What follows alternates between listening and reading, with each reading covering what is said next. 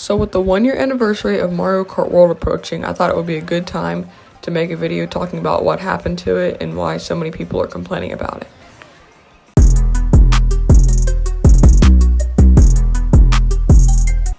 So you probably have noticed by now that price is one of the big issues that's been really controversial with this game release.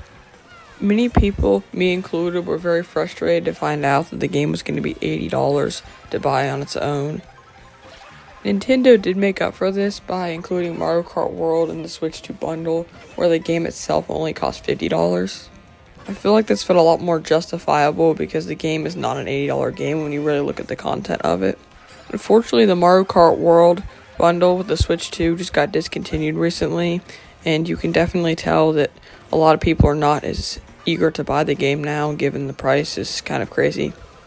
If you look at this graph here, you can see how the sales numbers of Mario Kart World dropped significantly after the bundle discontinuation.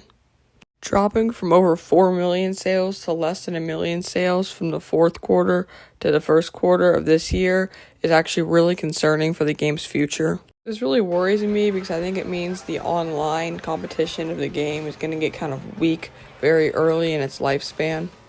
It's kind of a look at the pricing side of the game, so let's move on to talk about the gameplay side and what's wrong with the gameplay. So what's kind of become one of the obvious problems is intermission tracks. I mean, we've kind of shown Nintendo that we don't really like those that well. I feel like personally they just make the game kind of more of a drive than an actual race, and it's less entertaining that way. Intermission tracks I feel like also have a lot less curves on them and fun shortcuts and corners that make them kind of just a boring drive where you just want to collect coins and have speed. I played about 15 hours of Mario Kart World since its release, and I feel like the game itself is fun if you're playing with friends or just racing on tracks, but when you're playing a tour or something with all the intermission tracks, it gets kind of dull very quickly. I will say that on the flip side of this, I feel like the controls and the gameplay mechanics of the game feel really great. You can definitely feel an overall improvement from Mario Kart 8 Deluxe to Mario Kart World when it comes to controls, and the animations and everything just feel really smooth and put together. As well as very much liking the animations and controls of this game, I also very much enjoy the character roster and the variety it brings with having the food and the different costume types. I think it brings more creativity and personality to the game. I unfortunately don't really like the change to the kart system and bike system. I really like the customization and being able to choose your own wheels, kart and glider in Mario Kart 8. I felt like it brought just a more customization feeling to the game.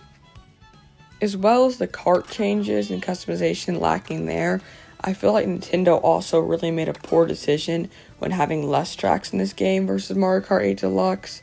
I feel like this shows a lack of effort on Nintendo's part, and then they kind of feel like that if they just make a Mario Kart game, that the general audience is just going to buy it because it's Mario Kart.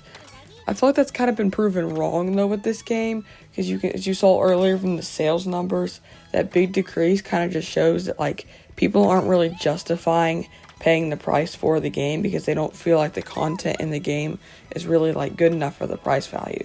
Because $80 is steep. That's a lot of money to pay for a game. So if you're going to pay that much, you want it to be a really good game. Don't get me wrong, I absolutely love Nintendo, but I feel like they've made some poor decisions with the Switch 2's lifespan already. They're really hurting the sales numbers.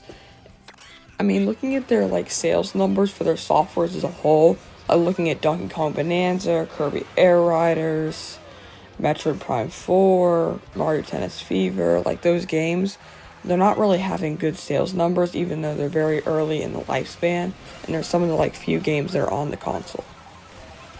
This makes it kind of obvious that with Mario Kart World, the sales numbers are not just going to drastically increase again, because if it wasn't selling overly phenomenal when it first came out in the first year, then I don't really think there's going to be a whole lot of growth for the future.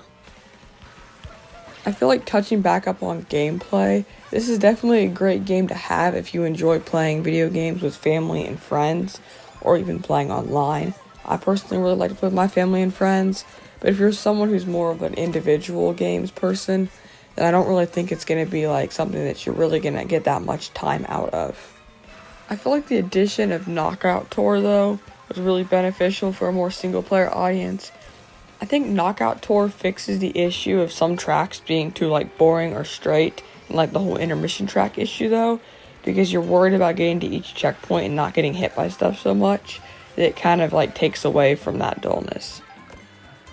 I feel like there's still an elephant in the room to address here, and that's definitely the free roam mode and having an open world Mario Kart game, which is definitely a first. If you had told me in like 2024 that we were going to have an open world Mario Kart game coming in 2025, then I would have thought you were completely insane. That's like the last thing that I would have thought would have gotten open world. I think free roam had good intent, but I feel like free roam itself is really lacking in stuff to do. Like, there's only so many challenges and little things you can do before you get bored. And I understand the whole, like, meeting up with your friends thing and, like, exploring with your friends, but there isn't even really that much to explore. Now, the taking pictures thing was also kind of just, like, a random add-in, I feel like, with that.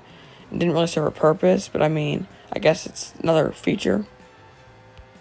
I just feel like as someone who likes to play a lot of games that have, like, more action in them and are more, like, intense, that playing free roam mode and just driving around is extremely boring, and I can't do it for more than like 5 minutes before I'm just bored. I think it would have been a lot better with like a lot more to do. Like, personally, one of my favorite things about Donkey Kong Bonanza is just like freely exploring and just like looking for every little thing and just like having all this different stuff to do in each section and like level. But I feel like with Mario Kart World's free roam mode, there isn't really even anything to do, like really a purpose. It's kind of just there because Nintendo wanted to mark up the price a little bit more and advertise free roam and like the whole open world experience. But I don't think every game in the Nintendo franchises needs to have open world. It doesn't always make sense. I feel like the conclusion that I came to was that it was a very like average Mario Kart game. And I feel like it's not necessarily 100% worth your money if you're buying it for $80. I got it in the bundle, so I felt like it was a better deal. But buying it now doesn't make a whole lot of sense. Like, if I were to tell you to get one Switch 2 game, it would definitely be Donkey Kong Bonanza. I feel like it has the most effort and content put into it as a whole. It's by far just like the most well-rounded game. If you watched to the end and enjoyed hearing my opinion about Mario Kart World, would you please leave a like and consider subscribing, and I'll see you next time.